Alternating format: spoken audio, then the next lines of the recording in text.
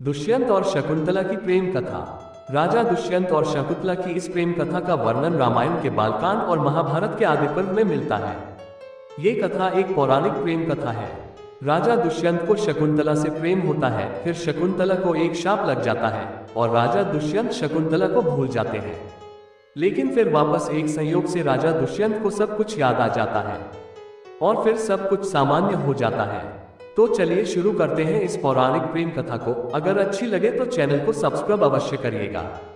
महर्षि विश्वामित्र जन्म से एक ब्राह्मण नहीं थे, लेकिन उन्होंने अपने तप और उग्र तपस्या के बल लगभग 1000 वर्षों की तपस्या के पश्चात ऋषि होने का वरदान प्राप्त कर लिया।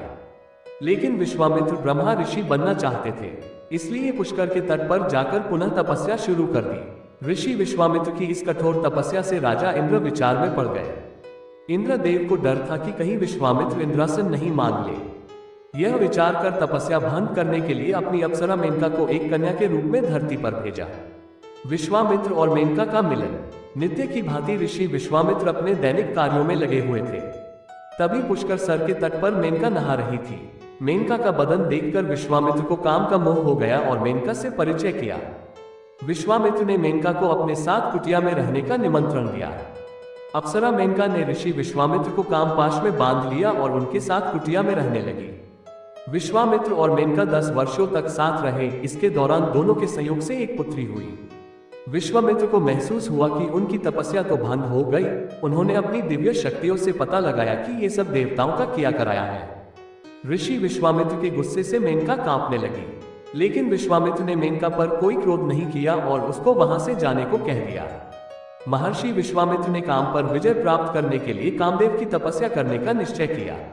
इसके लिए विश्वामित्र ने अपनी पुत्री को ऋषि कण्व के आश्रम पर छोड़ दिया और स्वयं उत्तर में कोशी नदी के किनारे जाकर तपस्या करने लगे। अगले दिन जब ऋषि कण्व ने एक कन्या को शकुओं से रक्षा करते हुए देखा, तो उन्होंने उस कन्या को उठा लिया और उसका पालन पोषण करने का निश्चय किया। शकुओं के पास मिलने के कारण उसका नाम शकुंतला रख दिया।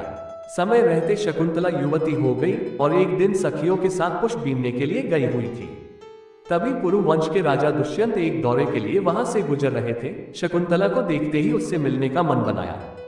कश्यप गोत्रीय शकुंतला का पीछा करते हुए राजा दुष्यंत ऋषि कण्व के आश्रम पहुंच गए। वहां जाकर आवाज लगाई और वहां विश्राम करने का निवेदन किया। जब राजा दुष्यंत ने पुनः शकुंतला को देखा तो कहा, हे कुमारी, तुम्हारा रूप अनुपम है, मैं तुमसे विवाह करना चाहता हूँ। कुमारी शकुंतला ने कहा, मेरे पिता कण्व अभी यहाँ नहीं है, जब वो आ जाएंगे तब उनकी अनुमति से आपसे विवाह कर सकती हूँ। शकुंतला ने एक शर्त रखी कि हमसे जो पुत्र होगा आप उसको सम्राट घोषित करेंगे। राजा दुष्यंत ने उनकी बात मान ली। राजा दुष्यंत ने कहा कि महर्षि कण्व तो अखंड ब्रह्मचारी है, फिर वो तुम्हारे पिता कैसे हुए? शकुंतला ने बताया कि उनके पिता विश्वामित्र हैं जो तपस्या कर रहे हैं और मेरी मां देवलोकीय अप्सरा है। जन्म से ही ऋषि कण्व ने ही मेरा पालन पोषण किया, अतः वही मेरे पिता है। राजा दुष्यंत ने शकुंतला को बताया कि तुम एक ब्राह्मण नहीं राजकन्या हो और हम गंधर्व विवाह कर सकते हैं। तुम अपने आप को मुझे दान कर दो। राजा दुष्यंत के निवेदन पर शकुंतला ने विवाह कर समागम कर लिया। कुछ समय पश्चात राजा दुष्यंत शकुंतला को दिलासा देते हुए कहा कि मैं शीघ्र ही तुमको यहां से ले जाऊंगा। शकुंतला को अपनी एक अंगूठी देकर वहां से चले गए। जब महर्षि कण्व आश्रम आए तो शकुंतला अपने पिता को सब कुछ बताने से डर रही थी। ऋषि कण्व ने अपनी दिव्य दृष्टि से सब कुछ जान लिया और मुस्कुराते हुए कहा, बेटी, तुमने कोई गलत काम नहीं किया है। राजा दुष्यंत एक अत्यंत शक्तिशाली राजा है और तुम दोनों से जो पुत्र पैदा होगा वो इनसे भी बड़ा ही तेज और बलवान होगा। एक दिन महर्षि दुर्वासा अपने मित्र कण्व से मिलने आए। उस वक्त कण्व वहां मौजूद नहीं थे। आश्रम के द्वार पर शकुंतला राजा दुष्यंत के बारे में सोच रही थी। महर्षि दुर्वासा के कहने पर भी शकुंतला का ध्यान नहीं टूटा। तब महर्षि दुर्वासा ने दुष्ट तपसी कहकर अतिथि के अनादर करने के कारण शकुंतला को शाप दे दिया, हे नारी, तुम इस काल में काल में जिसका स्मरण कर रही हो वह भी तुमको भूल जाएगा। तब अचानक शकुंतला का ध्यान टूटा। सखियों के समझाने पर दुर्वासा ने कहा कि अगर वह अपने प्रियतम को अपनी कोई खास वस्तु तोहफा दिखाएगी तो उसको सब कुछ याद आ जाएगा। एक दिन कण्व ऋषि ने शकुंतला को कहा कि अब तुमको अपने पति के पास जाना चाहिए। विवाहित स्त्री का इस तरह रहना कीर्ति और धर्म का घातक अपमान है। शकुंतला अपनी मां समान दासी गौतमी के साथ हस्तिनापुर के लिए निकल गई। रास्ते में गंगा से पानी पीने के लिए जैसे ही शकुंतला ने अपनी अंजलि भरी तो असकी अंगूठी पानी के अंदर गिर गई, लेकिन उसको इसका पता नहीं चला। जब शकुंतला हस्तिनापुर पहुंची तो उसने स्वयं को उनकी पत्नी बताते हुए कहा, आपके राज्य का सम्राट उनकी कोख में पल रहा है। तब राजा दुष्यंत ने तापसी स्त्री कहते हुए शकुंतला का तिरस्कार किया। तब दासी गौतमी ने कहा कि तुम इनको अपनी अंगूठी दिखाओ। शकुंतला ने अपनी अंगूठी ढूंढने की कोशिश की, लेकिन उसको नहीं मिली। तब राजा दुष्यंत ने उसको वहां से जाने को कहा। गौतमी ने कहा कि हम वापस ऋषि कण्व के आश्रम लौट चलते हैं, लेकिन एक दास ने कहा कि हम शकुंतला को यहीं पर छोड़कर चलेंगे। इतना कहकर दासी लोग वहां से निकल दिए। राजा दुष्यंत का महामंत्री ने शकुंतला के प्रसव तक उसको अपने आश्रम पर ठहरने का निवेदन किया। शकुंतला की अनुमति के साथ दोनों आश्रम की तरफ निकल पड़े। रास्ते में शकुंतला की माता मेनका प्रकट हुई और शकुंतला को अपने साथ लेकर अदृश्य हो गई। मेनका शकुंतला को लेकर ऋषि मारीच के आश्रम गई और उसको वहां छोड़कर वापस स्वर्गलोक चली गई।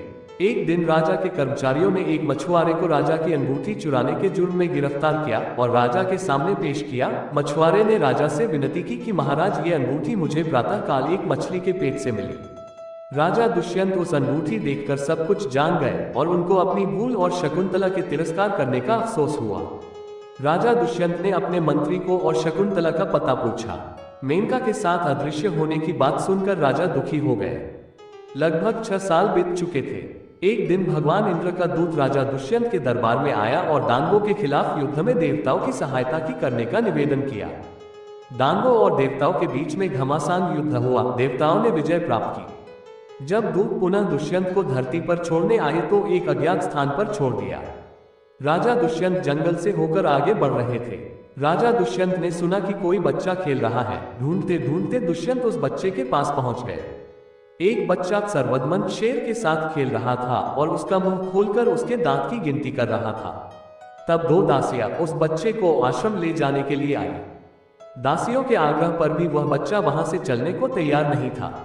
तब सर्वदमन के हाथ से जंतर गिर गया। राजा दुष्यंत ने उस जंतर को उठा लिया और अपने साथ चलने का आग्रह किया। दासियों ने कहा कि आपको उस जंतर को नहीं छूना चाहिए, उसको छूने का अधिकार केवल इनके माता पिता को है। तब राजा दुष्यंत दासियों से सर्वदमन की मां से मिलने का निवेदन किया। दासियां राजा दुष्यंत को शकुंतला के पास लेकर गई। दोनों ने एक दूसरे को पहचान लिया और एक दूसरे से क्षमा मांगने लगे। तब शकुंतला ने सर्वदमन को अपने पिता से परिचय करवाया। राजा दुष्यंत ने शकुंतला को महल चलने का प्रस्ताव रखा। शकुंतला ने महिषी मारीच की अनुमति लेने को कहा। महर्षि मारीच की अनुमति और आशीर्वाद सहित तीनों हस्तिनापुर लौट जाते हैं। सर्वदमन जो कि आगे चलकर राजा भरत के नाम से प्रसिद्ध हुआ। तो ये थी राजा दुष्यंत और शकुंतला की पौराणिक प्रेम कथा। दोस्तों, स्टोरी अच्छी लगी हो तो सब्सक्राइब अवश्य करिएगा। फिर मिलते हैं ऐसी ही शानदार कहानी के साथ। जय हिंद, जय भारत।